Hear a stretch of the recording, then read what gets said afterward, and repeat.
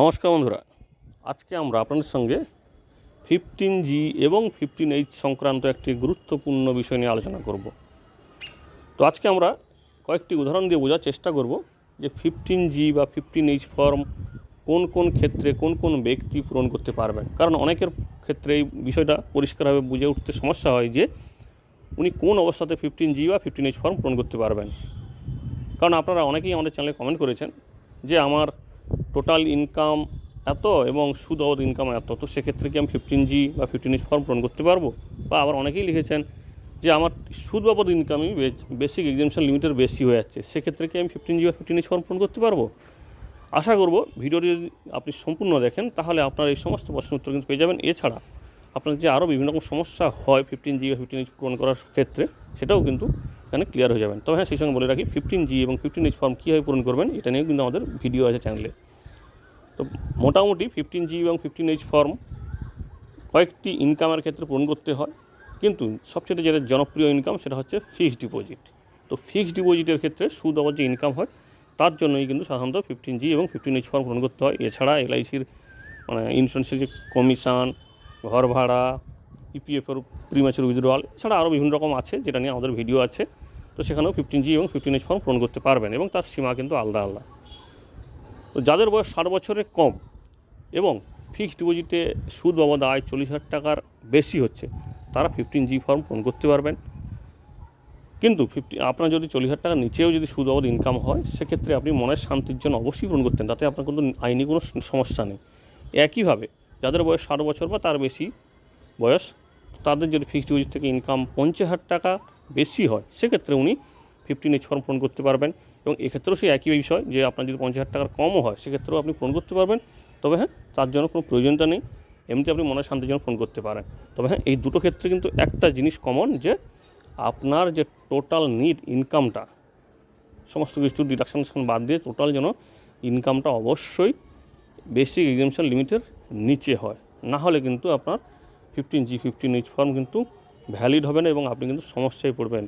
কারণটা কি, আপনি জমা দিয়েছেন 15G 15H ফর্ম, আপনার টোটাল যে ট্যাক্সেবল ইনকাম নয়, আপনার ইনকাম ট্যাক্সেবল নয়, কিন্তু তারপরেও আপনার দেখা যাচ্ছে যে আপনার ইনকাম ট্যাক্সেবল হচ্ছে। কারণ 15G 15H ফর্ম আপনি কিসের জন্য পূরণ করছেন, যে যাতে আপনি ট্যাক্সের ছাড়, টিডিএসের ছাড় পেতে পারেন।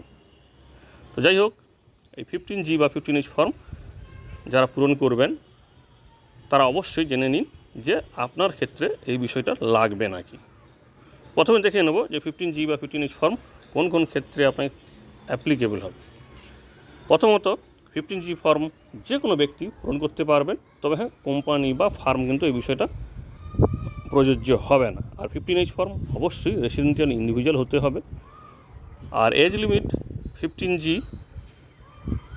অর্থাৎ যাদের বয়স 60 বছরের কম তারাই কিন্তু 15Gটা পূরণ করতে পারবে। আর যাদের বয়স 60 বছর বা তার বেশি অর্থাৎ সিনিয়র সিটিজেন তারাই কিন্তু 15Hটা পূরণ করতে পারবেন। ইন্টারেস্ট ইনকাম যদি বেসিক এক্সামিনেশন লিমিটের নিচে হয়, 15G ফর্ম তখনই আপনি পূরণ করতে পারবেন যদি ইন্টারেস্ট ইনকাম আপনার বেসিক এক্সামিনেশন লিমিটের নিচে হয়। ধরুন 2.5 লক্ষ টাকা 60 বছরের নিচে যাদের বয়স তাদের জন্য এক্সামিনেশন লিমিট দেওয়া আছে ইনকাম ট্যাক্সে। তো সেই 2.5 লক্ষ টাকার নিচে কিন্তু আপনার ইন্টারেস্ট ইনকাম হতে হবে, না হলে কিন্তু আপনি সুবিধা পাবেন না 15Gর ক্ষেত্রে। কিন্তু 15Hর ক্ষেত্রে ছাড় আছে। তাদের যদি ইন্টারেস্ট ইনকাম, তাদের যে ট্যাক্সেবল ছাড় অর্থাৎ 3 লক্ষ টাকা বেসিক এক্সামিনেশন লিমিট, তার বেশি হলেও তারা সুযোগ পাবে, কম হলেও সুযোগ পাবে। তবে হ্যাঁ, এখানটায় আরও কিছু শর্ত আছে। টোটাল তার ডিডাকশন বাদ দিয়ে কিন্তু তখন টোটাল ইনকাম কিন্তু বেসিক এক্সামিনেশন লিমিটের নিচে নিয়ে আসতে হবে। কিন্তু সাধারণ নাগরিক যাদের বয়স 60 বছরের কম তাদের কিন্তু কোনোভাবে ইন্টারেস্ট ইনকাম বেসিক এক্সামিনেশন লিমিটের বেশি হওয়া যাবে না। ডিডাকশান করে বাদ দিয়ে যদি আপনি বেসিক এক্সামিনেশন লিমিটের নিচেও নামান তাতেও কিন্তু কিছু লাভ হবে না, কিন্তু সিনিয়র সিটিজেনরা এই সুবিধাটা পাবেন। এবারে দেখি যে কোন অ্যাক্টে এই সুবিধাটা দেওয়া হয়। আন্ডার সেকশন 197A(1) এবং 1 ধারাতে 15G ফর্মটা পূরণ করার সুযোগ দেওয়া হয়। আর 15Hটার সুযোগ দেওয়া হয় 197A(1C) ধারাতে। এবার দেখে নিই কয়েকটা উদাহরণ সহ। এখানটায় আমরা যে টেবিলটা তৈরি করেছি এবং এর জন্য আমরা বিভিন্ন ওয়েবসাইট, ট্যাক্স গুরু বা ক্লিয়ার ট্যাক্স এরকম বিভিন্ন ওয়েবসাইটের সাহায্য নিয়েছি। তো এবার দেখে নিই যাদের বয়স 45 বছর টোটাল স্যালারি ইনকাম 2 লক্ষ টাকা, আর ইনকাম ফ্রম ইন্টারেস্ট অর্থাৎ ফিক্সড ডিপোজিট থেকে ইনকাম ধরুন 7,500 টাকা, সেক্ষেত্রে তার টোটাল ইনকাম হচ্ছে 2,60,000 টাকা।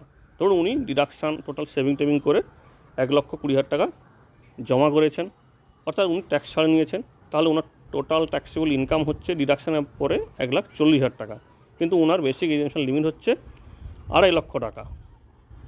সেক্ষেত্রে ওনার কিন্তু কোনো ট্যাক্স লাগছে না। তাহলে উনি কি 15G ফর্ম পূরণ করতে পারবেন? অবশ্যই উনি 15G ফর্ম করতে পারবেন, কারণ উনি যেহেতু সিনিয়র সিটিজেন নন এবং ওনার ইন্টারেস্ট ইনকামও কিন্তু সেই 2.5 লক্ষ টাকার নিচে, এবং ফাইনাল যে ট্যাক্স লায়াবিলিটি অর্থাৎ টোটাল এক্সামশন সব বাদ দিয়ে ডিডাকশন বাদ দিয়েও কিন্তু ওনার সেই ইনকামটা সেটাও কিন্তু ওই 2.5 লক্ষ টাকার নিচে। সুতরাং উনি 15G ফর্ম পূরণ করতে পারবেন। অর্থাৎ এখানে দুটো বিষয়, যে প্রথমত ওনার ইন্টারেস্ট ইনকাম বেসিক এক্সামশন লিমিটের নিচে হতে হবে, 2.5 লক্ষ টাকার নিচে হতে হবে, এবং একই সঙ্গে আরও সমস্ত ইনকাম মেলানোর পরে যোগ করার পরে ওনার ডিডাকশান বাদ দেওয়ার পরে যদি যেটা আসবে সেটাও কিন্তু বেসিক এক্সামশন লিমিটের নিচে হতে হবে, তবেই কিন্তু উনি 15G ফর্ম পূরণ করার সুযোগ পাবেন।